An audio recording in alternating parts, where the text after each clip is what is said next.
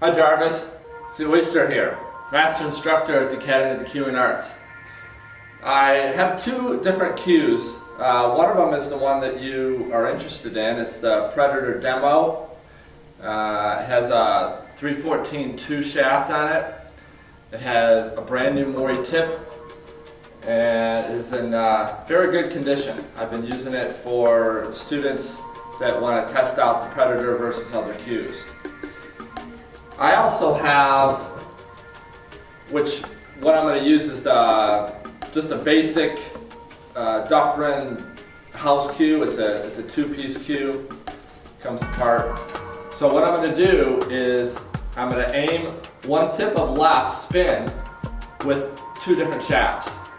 And then I'm going to come down here and I'm going to mark with a white sticker where it hit on the rail so that you can see how far away from the center line the cue ball ended up hitting. Now I'm going to be shooting parallel to this line with my cue shaft. So I'm just going to parallel directly over. I'm not doing any angling or pivoting or just shooting a direct parallel to this line to this sticker. And you'll see how far off of that line the cue ball hits. I'm using a 2-speed and perfect one tip to the left.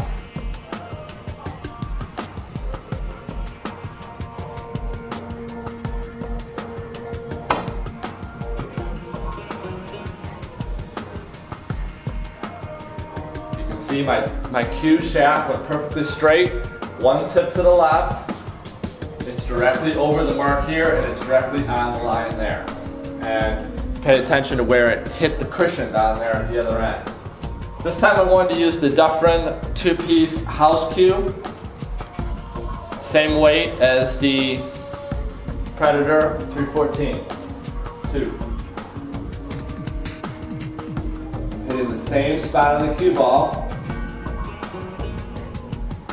I'm lined up to the same black spot at the other end of the table, parallel to the center line.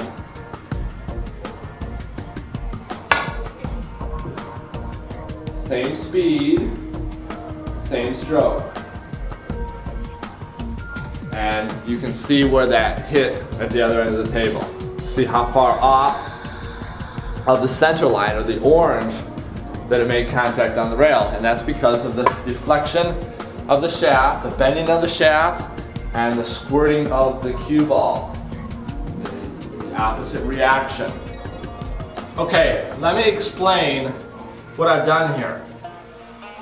I've transposed the center line contact with the orange sticker, and I've just moved it up one diamond on the same line, the center line. I've taken the black sticker, which represents one tip of left spin, and I've moved that up accordingly.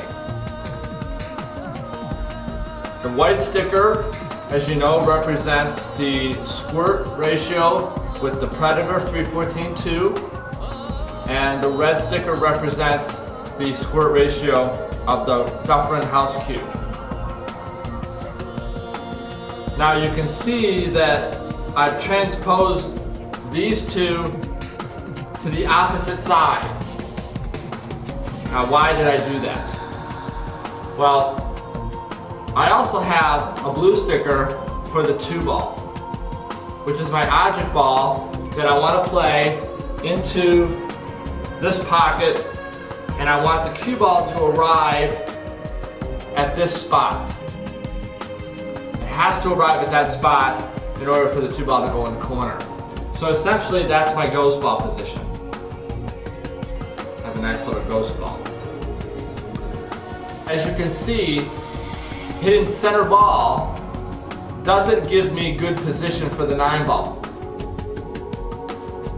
So what I want to do is, through my calculation of angle, speed, and spin, I determined that I need one tip of left spin from down there to lengthen the distance, add distance to the cue ball, and also change the direction off of the rail by opening or running English, opening my angle. So I need my angle to come more across the table this way for position on the 9, instead of, you know, a sharper angle that way which goes toward the 9 and doesn't give me position. So I need a little bit more distance, and I need a change in my direction. Now to do that, I'm going to use 1 tip of left spin. So I need to know what shaft I'm going to use, because that determines where my aim point is going to be.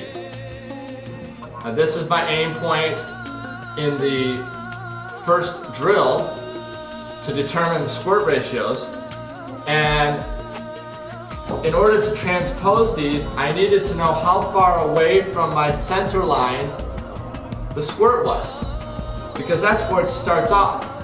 So all I did was take a measurement from the center line over to the center of the contact with the 314, and I have 3/4 of an inch.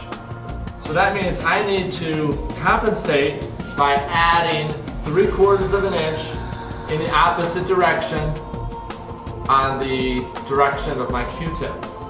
So I'm adding 3/4 of an inch, which is where this is now. That's for the 314 Predator. If I'm using the Dufferin, the distance away from my center line is 2 1/4 inches. So if I measure over 2 1/4 inches, center to center, I end up with a new aim point here using Dufferin Q. Now you can see the difference. That's a dramatic difference in your margin of error, should I say, using 2 different shafts. Now most shafts are going to be somewhere in between.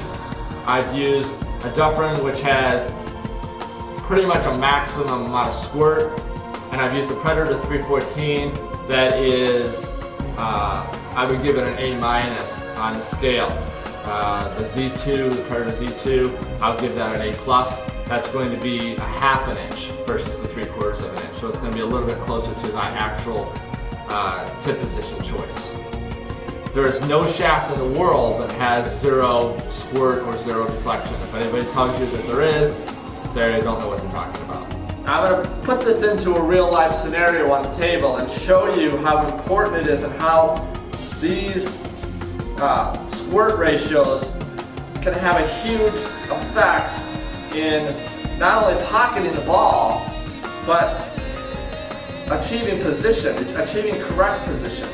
Now to make this shot using 1 tip of left and compensating for the little bit of squirt, I'm going to set up on the 1 tip to the left spot.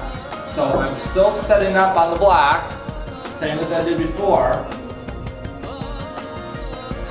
But then instead of pointing my shaft parallel to the center line, I'm going to point it to the white sticker down there.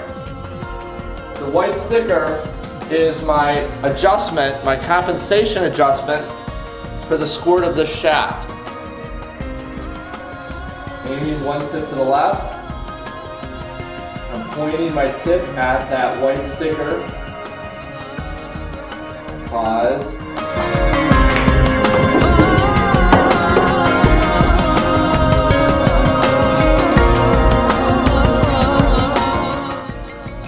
I'm using the Dufferin Q, and I'm aiming at the red compensation point right here.